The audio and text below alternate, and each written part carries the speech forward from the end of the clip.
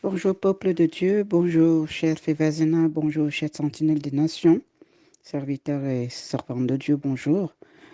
Le Seigneur nous dit dans Hébreux chapitre 6, le verset 10 que car Dieu n'est pas injuste pour oublier votre travail et l'amour que vous avez montré pour son saint nom, ayant rendu et rendant encore des services aux saints. Je m'arrête là. Nous rendons des services aux saints, nous montrons notre amour en obéissant à sa parole. L'épouse de Jésus-Christ se prépare. Elle se prépare et elle fait l'œuvre que Dieu lui a mandaté d'accomplir, c'est-à-dire préparer son épouse dans le corps de Christ, intercéder pour que son peuple revienne de ses mauvaises voies, que l'Église entre dans la repentance. Dieu prend plaisir à nos efforts, Dieu prend plaisir à nos sacrifices et ce n'est pas pour autant qu'il oublie les promesses qu'il nous a faites, il est fidèle à ses promesses. Et parce qu'il est fidèle à ses promesses, il me dit ce matin de vous encourager avec ces quelques paroles. D'abord, il a dit que il a dit, je suis dans Jérémie chapitre 1, le verset 12. Et l'Éternel me dit, tu as bien vu, car je veille sur ma parole pour l'exécuter. Alors le Seigneur veille sur sa parole pour l'exécuter. Lui qui n'est pas ingrat, pour oublier tous nos sacrifices, notre détermination, notre obéissance à sa parole. Il lui a plu en cette fin d'année d'amener ses promesses à l'accomplissement dans nos vies. Et il va le faire fidèlement. La seule chose que Dieu nous exige, c'est de croire en sa parole, c'est d'avoir la foi. Car la Bible dit dans Hébreu qu'il est impossible de lui être agréable sans la foi. Je paraphrase. Donc si nous avons la foi, nous lui serons agréables. Et si nous lui sommes agréables, alors sa parole va s'accomplir dans chacune de nos vies. Dieu me dit dans ce passage, du verset 12 jusqu'au verset 19, il m'a parlé et il m'a dit qu'il nous donne la possession des portes de nos ennemis, la possession des portes de nos oppresseurs, la possession des portes des méchants qui se détournent du bien pour faire le mal. Il nous donne la possession de leurs portes. Ça veut dire qu'ils sont à notre merci. Et comme Dieu nous a équipés, il nous a équipés pour arracher, pour abattre et pour détruire et pour planter. Nous n'avons plus qu'à détruire ce que l'ennemi avait planté dans notre camp, dans nos vies, dans nos destinées, sur nos familles, nos enfants, nos conjoints, nos foyers, nos projets. Nous n'avons plus qu'à arracher, à détruire tout cela. Comme il le dit au verset 10 du même chapitre 1 de Jérémie. Et aussi, il nous donne la possibilité, il nous demande de nous lever et de mettre autour de nos rangs, de ceindre nos rangs de la vérité. Et la vérité se trouve dans sa parole. Et qu'est-ce que nous devons faire de cette vérité que nous allons mettre autour de nos rangs? Nous devons prendre cette vérité, la déclarer, la proclamer, la décréter et annuler les plans de l'ennemi avec Ésaïe chapitre 7, verset 7, qui dit que le plan de l'ennemi ne s'accomplira pas.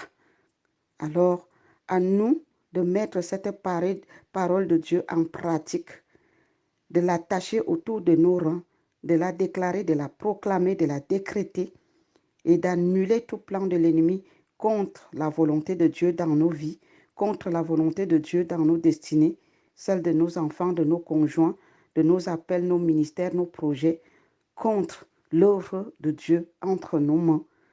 Amen. Nous devons décréter Ésaïe 7,7 et annuler les plans de l'ennemi contre la volonté de Dieu dans nos destinées. Et le Seigneur me dit également de vous encourager et de vous dire que nous devons faire tout ce qu'il nous ordonne de faire et nous ne devons pas trembler devant l'oppresseur. Ce n'est pas à nous de fuir le diable. Oh, il est là, le blanc et le diable, il est là. Il a bougé à gauche, il a bougé. L'oppresseur ne doit pas nous faire peur. C'est le manque de foi.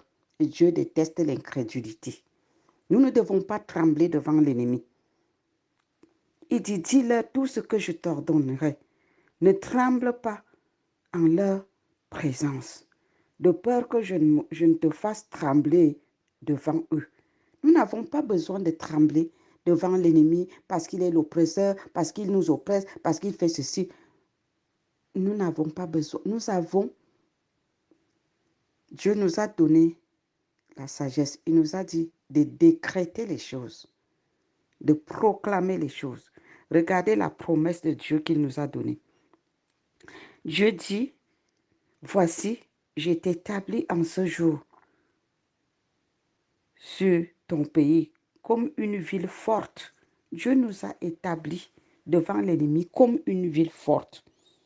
Nous sommes établis devant nos oppresseurs comme une colonne de fer, comme un mur d'airain contre les rois de Juda, c'est-à-dire contre nos oppresseurs, contre nos ennemis, contre quiconque se ligue contre les plans de Dieu dans notre vie. Amen. Et Dieu dit à la fin, il dit au verset 19, ils te feront la guerre, mais ils ne te vaincront pas, car je suis avec toi pour te délivrer, dit l'Éternel. Nous sommes l'épouse de Christ et nous nous préparons pour son retour. Dieu n'est pas aveugle pour ne pas voir toute l'oppression que l'ennemi nous sert sur le plateau. Il voit. Et ce n'est pas qu'il est impuissant d'agir. Il agit en son temps. C'est un Dieu de jugement. Le jugement lui appartient. Lui seul est le Dieu de jugement. C'est lui qui juge les peuples. Le jugement lui appartient.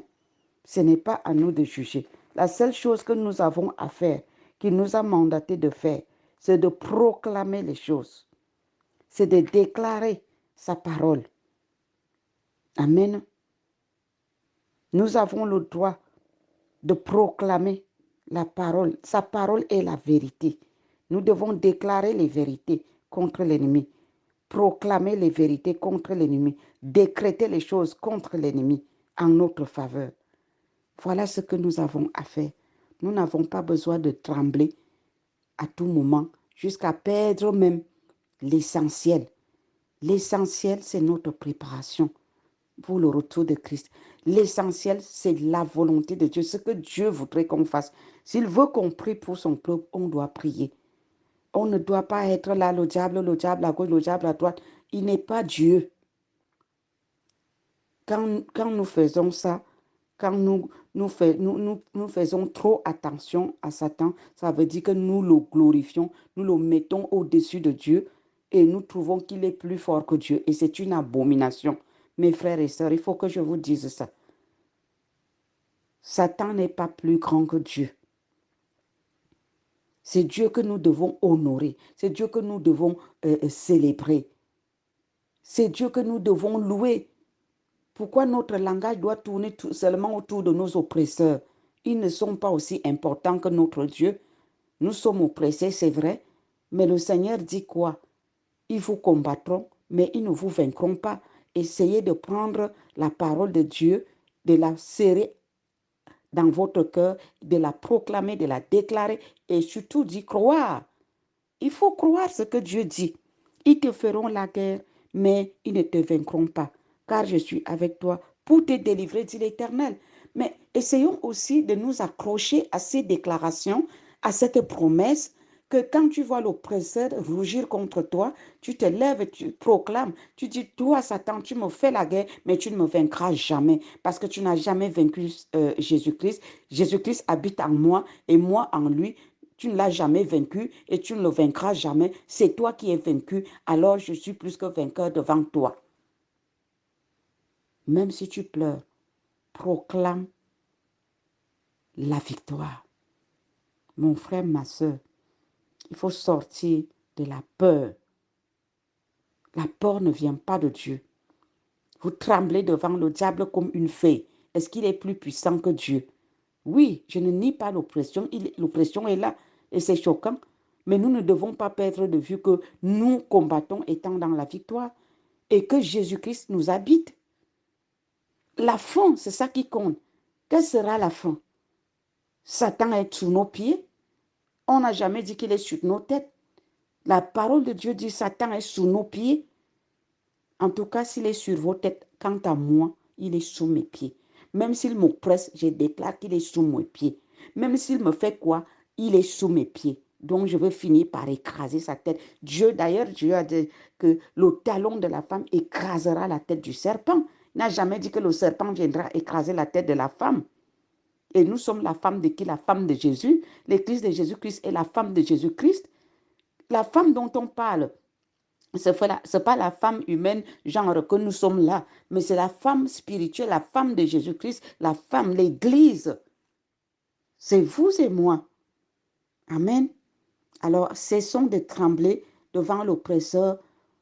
Prenons notre courage à deux mains et proclamons les choses. Quand ça ne va pas, décrète les choses avec autorité.